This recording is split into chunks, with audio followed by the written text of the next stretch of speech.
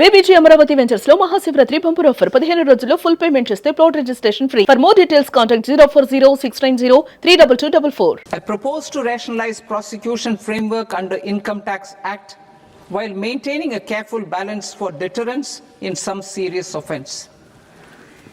Non-production of books of account and documents and requirement of TDS payment where payment is made in kind are being decriminalized.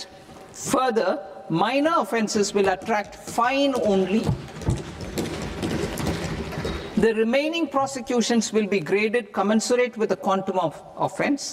They will entail only simple imprisonment with maximum imprisonment reduced to 2 years and power to courts to convert even those into fines. There is no penalty. There is no penalty presently for non-disclosure of non-immovable foreign assets with aggregate value less than 20 lakh rupees. I propose to also provide them with immunity from prosecution with retrospective effect from 1/10/2024.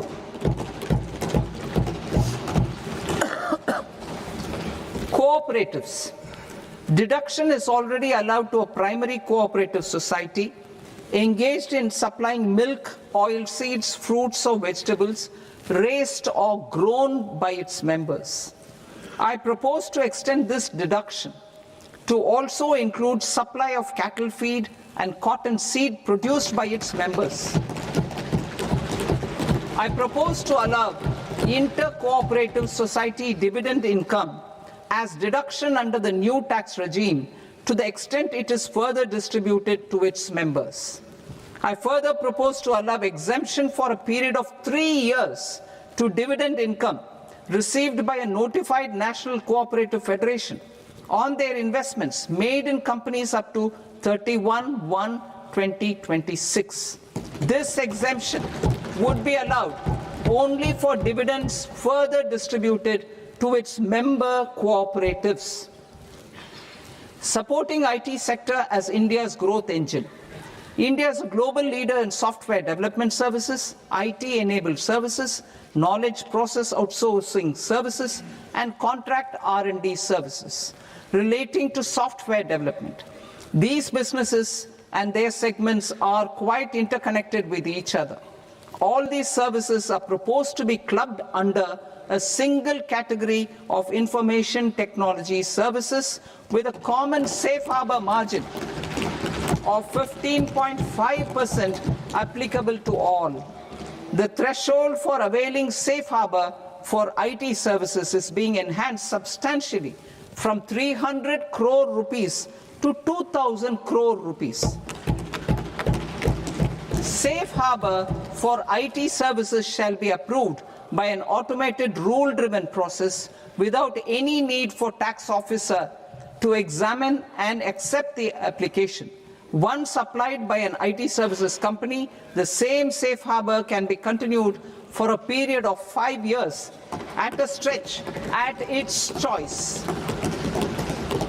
For IT services companies who want to conclude advanced pricing agreement, APA, I propose to fast-track unilateral APA process for IT services and endeavor to conclude it within a period of 2 years. The period of 2 years can be extended by a further period of 6 months on taxpayers' request. I propose to extend the facility of modified returns available to the entity entering APA to its associated entities also. Attracting global business and investment. Recognizing the need to enable critical infrastructure and boost investment in data centers, I propose to provide tax holiday till 2047 to any foreign company that provides cloud services to customers globally by using data center services from India. It will, however, need to provide services to Indian customers through an Indian reseller entity. I also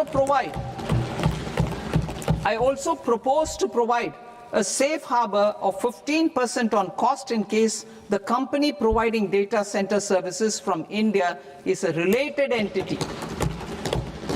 To harness the efficiency of just-in-time logistics for electronic manufacturing, I propose to provide safe harbor to non-residents for component warehousing in a bonded warehouse at a profit margin of 2% of the invoice value.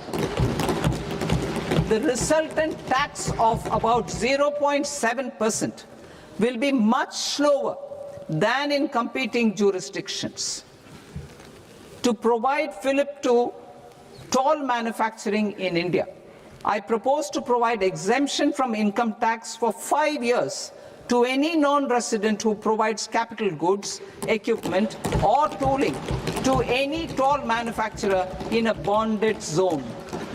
To encourage vast pool of global talent to work in India for a longer period of time, I propose to provide exemption to global, non-India sourced income of a non-resident expert for a stay period of 5 years under notified schemes.